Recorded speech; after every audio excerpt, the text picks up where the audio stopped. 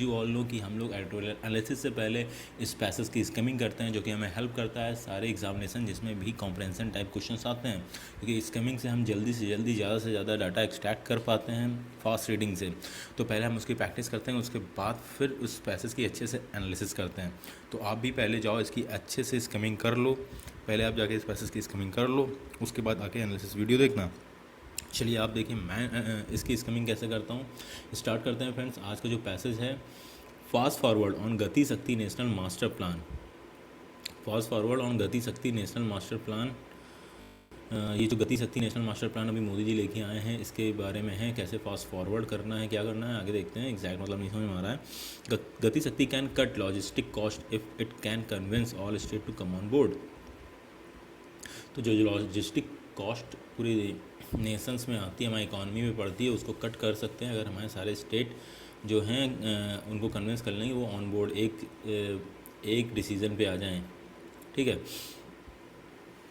तो आपने देखा ये आज का ट्यूटोरियल है। चलिए अब इसका हम लोग स्कीमिंग स्टार्ट करते हैं। With the Gati Shakti National Master Plan that he launched on October 13, Prime Minister Narendra Modi has expanded on the familiar theme that India's slowing economic growth engine can find renewed momentum through major infrastructure upgrades that will cut logistic costs for industries and rise all-round efficiency.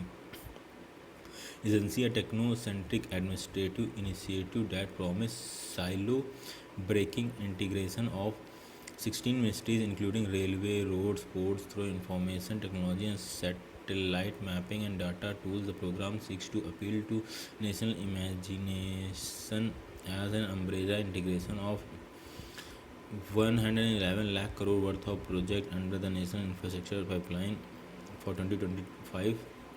The importance given in the plan to railroad multi-modal connectivity and higher share of freight for railways, articulated also by Niti Aayog, has evident multiple benefits. This includes reducing the cost of logistics to GDP that has prevailed at about 14% even at the time the NDA government took office to an aspirational 8%. There is also the challenge of reducing the vehicle.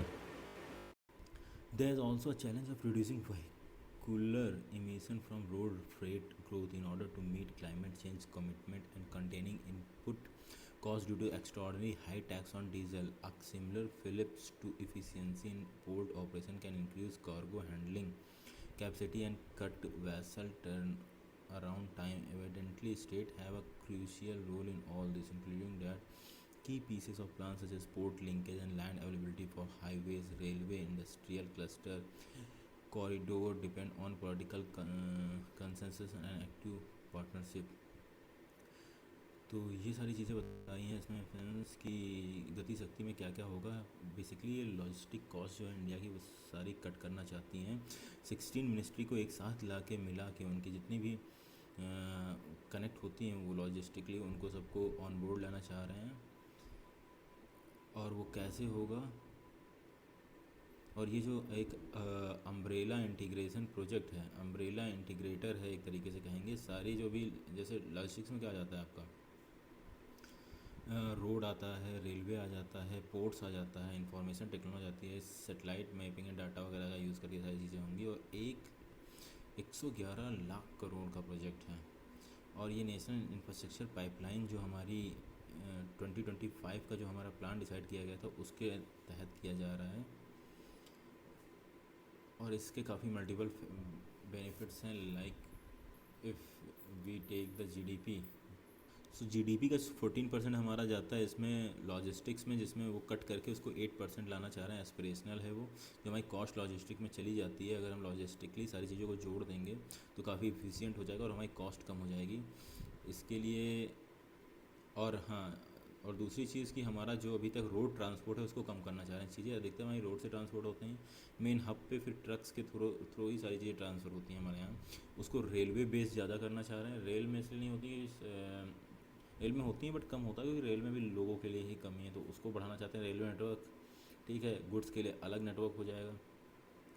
और by the rail transport और by the ship transport चीज़ें बढ़ाना चाहते हैं, और road transport कम होगा। पहली बात तो हमें पेट्रोल के प्राइसेस बढ़ते चले जा रहे हैं, उससे फ़ायदा मिलेगा। दूसरा, हमारा जो पॉल्यूशन के कमिटमेंट है वो भी पूरा होगा, क्योंकि रोड ट्रांसपोर्ट से काफ़ी ज़्यादा पॉल्यूशन होगा।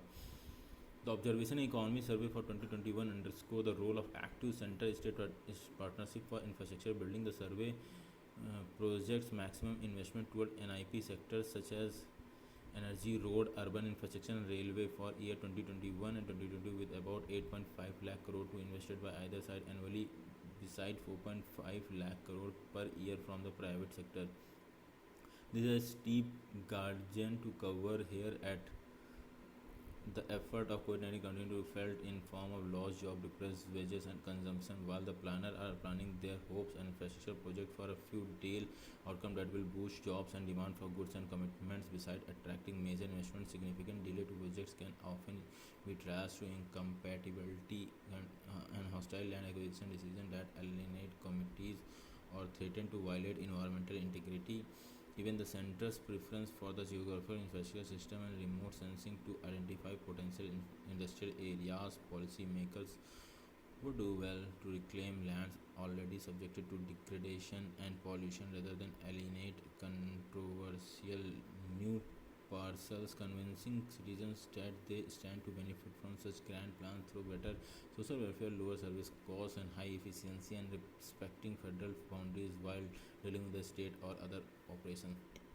तो ये बताया कि जो हमारा सर्वे था, इकोनॉमिक सर्वे 2021 के था, इसमें इन चीज़ों को अंडरस्कोर किया गया है कि मैक्सिमम इन्वेस्टमेंट जो इकोनॉमिक सर्वे में दिखाया गया है वो NIP सेक्टर्स के थ्रू हुआ है। NIP सेक्टर्स में हमारे मेजर सेक्टर्स आ जाते हैं, जैसे energy, road, urban infrastructure and railway. और 2021 एंड 2022 में इन पे ज़्यादा जो इन्वेस्टमेंट हुआ है वो इन्हीं में हुआ है। और हमें 8.5 lakh through the centre invest करेगी पर ईयर, और उतना ही हमारे सारे स्टेट मिलके करेंगे 8.5 लाख करोड़। और उसके अलावा प्राइवेट जो हमारे सेक्टर होगा वो 4.5 लाख करोड़ पर ईयर इसमें इन्वेस्टमेंट करेगा। ड्यू टू कोविड हमने देखा काफ़ी सारी डिप्रेशन हुई हैं, जॉब्स कई लोगों की इकोनॉमिक स्लो डाउन हुई हैं, इसने इन सारी प्लानिंग्स को थोड़ा स्लो डाउन किया है। But good and combination decide attracting major investment significant project can often be test okay. और इसकी वजह से डिले भी हुआ प्रोजेक्ट्स में, और डिले इन सारी चीज़ों को इनकॉम्पैटिबल बना देते हैं, मतलब इनकॉम्पेटेबल बन जाता है अगर डिले होता है प्रोजेक्ट्स में। और दूसरी बात, जो लैंड एक्विजिशंस की प्रॉब्लम आती है इंडिया में हमेशा ही, क्योंकि वो इन्वायरमेंट वायलेट करते हैं, थ्रेटन करते हैं, जो एलिनेट करते हैं कम्युनिटीज़ को, और threaten to violate environmental integrity. पहली बात तो इन्वायरमेंट प्रॉब्लम आ जाती है, लाइक इन्वायरमेंट डिपार्टमेंट आ जाता है, कहता है इस वजह से नहीं हो पाता लैंड एक्विजिशन। के बाद फार्मर्स के प्रोटेस्ट आ जाते हैं, आप लोगों ने देखा है। तो उसी लिए गवर्नमेंट को क्या करना है, सेंट्रल जो प्रेफरेंस कर रहा है जियोमेट्रिक इंफॉर्मेशन सिस्टम और रिमोट सेंसिंग का यूज़ करके पोटेंशियल इंडस्ट्रियल एरिया को क्या करेगा, फाइंड आउट करेगा। और तो और उन लैंड्स को यूज़ करेगा जो ऑलरेडी डिग्रेडेट हो चुके हैं और पॉल्यूट हो चुके हैं, अभी वहाँ पे कुछ भी लाइक कोई यूज़फुल लैंड नहीं बचे, उन लैंड को यूज़ करने का इस पर फोकस होगा। उनको ज्योमेट्रिकल इंफॉर्मेशन GIS के थ्रू और रिमोट सेंसिंग के थ्रू उनका यूज़ किया जाएगा, और सिटीजन्स को कन्विंस किया जाएगा कि इन सारे प्लान से आपका ही बेनिफिट्स हैं, and this will help in your welfare, social welfare and low service cost होगा, हाई इफिशिएंसी। और जो फेडरल बाउंड्रीज है उसका भी रिस्पेक्ट करना चाहिए कि स्टेट से बात करके ही चीज़ें करनी चाहिए, और उनकी बाउंड्रीज़ में स्टेट की एक पावर है अपनी बाउंड्रीज़ में, उसकी रिस्पेक्ट करके ये सारी चीज़ों को करना चाहिए, जिसमें ना सारी चीज़ें मिल बांट के हों, विवाद ना पैदा हो जाए सेंट्रल और स्टेट के बीच में, और इससे चीज़ें और लटक जाती हैं। सो ये हमारा बहुत बड़ा प्रोजेक्ट लाए हैं हमारी गवर्नमेंट, गति शक्ति नेशनल मास्टर प्लान।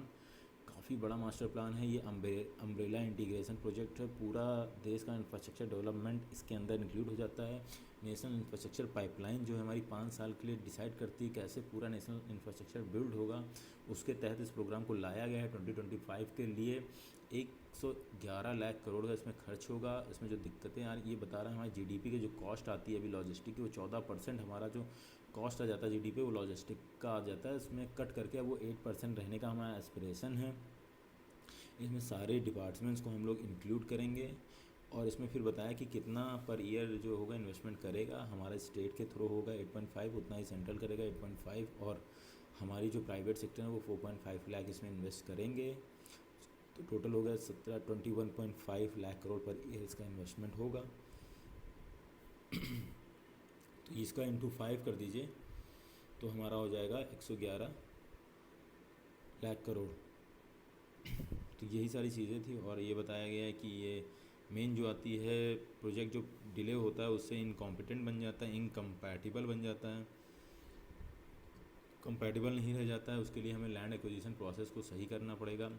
हमें रिमोट सेंसिंग से ये देखना पड़ेगा उन लैंड्स को यूज़ करें जो ऑलरेडी डिग्रेडेड हो चुके हैं, पॉल्यूटेड हो चुके हैं।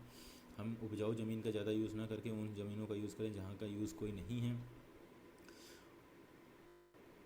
और हमें लोगों से भी बात करके उनको समझाना पड़ेगा कि ये सोशल वेलफेयर में और उनकी एफिशिएंसी को बढ़ाएगा। और हमें फेडरल बाउंड्रीज़ का भी ध्यान रखना होगा। So that was our passage friends for today. I think सबको समझ में आ गया होगा, इसमें अभी और कुछ ज़्यादा एक्सप्लेन करने की ज़रूरत है नहीं। ऑलरेडी ये पैसेज काफ़ी क्लियर है। तो thanks for watching this video. आज के लिए इतना ही। कल फिर मिलते हैं एक नए एडिटोरियल के साथ द हिंदू के। आई होप आप लोग भी पहले स्किमिंग कर लेते होंगे मेरी तरह। So thanks for watching this video again friends. और प्लीज़ चैनल को सब्सक्राइब कर लीजिए और वीडियो को लाइक कर दीजिए अगर आपको पसंद आया है। और आपको लगता है किसी को ये हेल्प करेगा वीडियो तो उसके साथ ज़रूर शेयर करें। Till then take care, bye bye.